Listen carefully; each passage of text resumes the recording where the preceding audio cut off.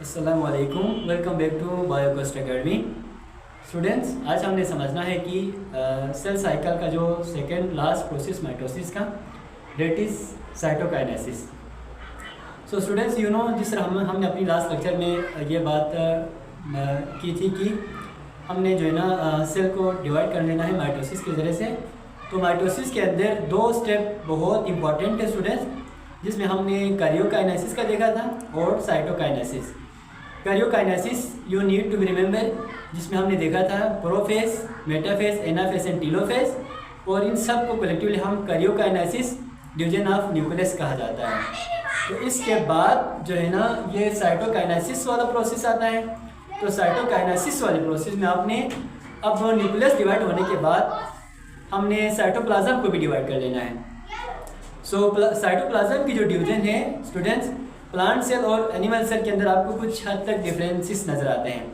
तो अगर हम इन दोनों की कंपैरिजन ज़रा देखें, एनिमल सेल के अंदर अगर ज़रा देखें तो एनिमल सेल के केस में जो साइटोकाइनेसिस है वो आपको मेम्ब्रेन इन्वेजिनेट होता हुआ नज़र आ रहा है। यानी ये एक सेल है, इन दोनों सेल के इक्वेटर पे जाके जो सेल है वो अंदर इन्वेजिनेशन होते हैं, मेम्ब्रेन अंदर धंस जाते हैं, और धंसते धंसते ये दोनों जो है आपस में इंट में वो मीट कर सकते हैं, फ्यूज़ होते हैं।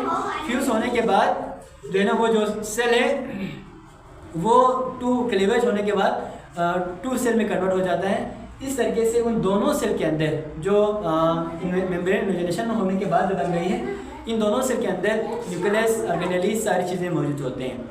तो ये था एनिमल सेल के केस में साइटोकाइनेसिस वाला प्रोसेस।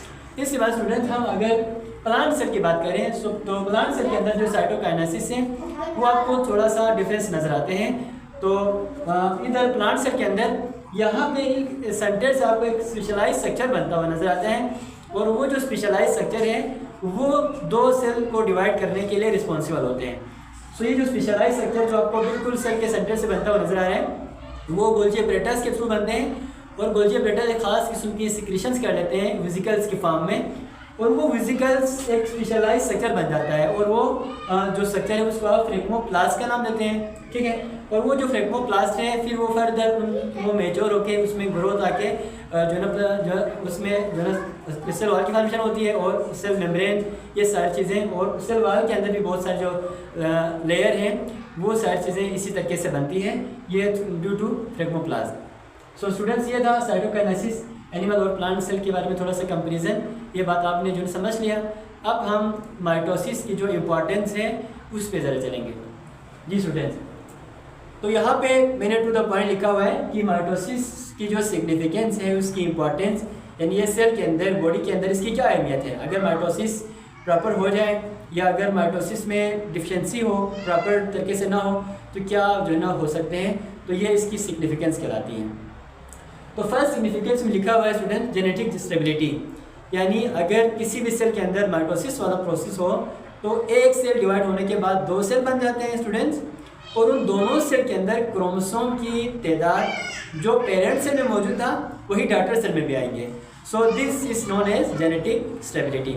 यहाँ मैं एग्जांपल दे दूँ, जिस तरह ये एक सेल है और इस सेल के अंदर आपके पास कितने क्रोमोसोम है, और ये डिवाइड होने के बाद 46 और इसमें भी 46, तो इन दोनों सेल के अंदर 46 क्रोमोसोम का आ जाना स्टूडेंट, ये जेनेटिक स्टेबिलिटी को रिप्रेजेंट कर लेते हैं, और this is done by mitosis.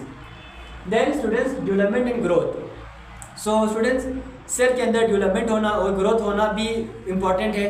तो ये आपको पता है कि हाँ जो ना हमारी जो ह्यूमन सेल है वो एक सिंगल सेल, जिसको आप जाइगोट का नाम देते हैं, वहाँ से राइज होते हैं।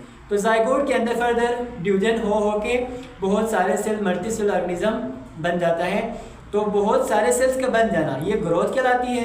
फिर बहुत सारे सेल्स बनने के बाद वो सारे सेल फंक्शनल हो जाना students, this is known as development. तो सेल्स का सेल की तादाद में इजाफा होना प्लस वो फंक्शनल हो जाना, ये भी दोनों प्रोसेस थ्रू माइटोसिस हो रहे होते हैं। देन स्टूडेंट्स, इसकी जो थर्ड इम्पोर्टेंस है वो cell replacement and wound healing.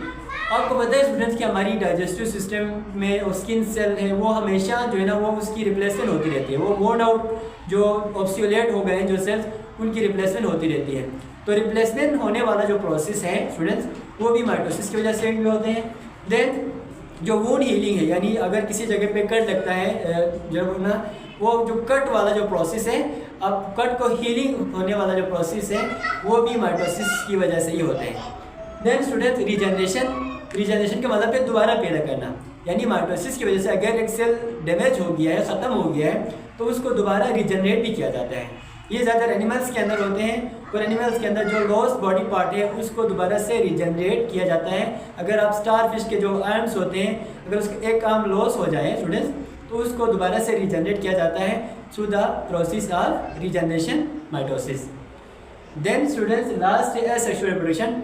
So asexual reproduction भी इसकी इंपॉर्टेंस है, जिसमें आप जो यूनिसेलुलर ऑर्गेनिज्म है वो ज़्यादातर माइटोसिस की वजह से, यानी फ्रेगमेंटेशन की वजह से या बाइडिफिशन की वजह से एक सेल डिवाइड होने के बाद दो सेल बन जाते हैं, और वो दो सेल दो ऑर्गेनिज्म होता है, एक सेल एक पूरा एक ऑर्गेनिज्म होता है। इस तरीके से ये जो माइटोसिस वाला जो प्रोसेस वो एसेक्सुअल रिप्रोडक्शन को भी, एसेक्सुअल रिप्रोडक्शन के लिए भी रिस्पॉन्सिबल होते हैं। सो स्टूडेंट्स, ये एक इजी सा हेडिंग था जिसको मैंने आपको समझा दिया। If you have any kind of question regarding these two topics, you can ask me in the comment section.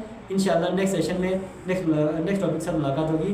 तब तक के लिए अपना बहुत सारा ख्याल रखिएगा। अल्लाह हाफिज़।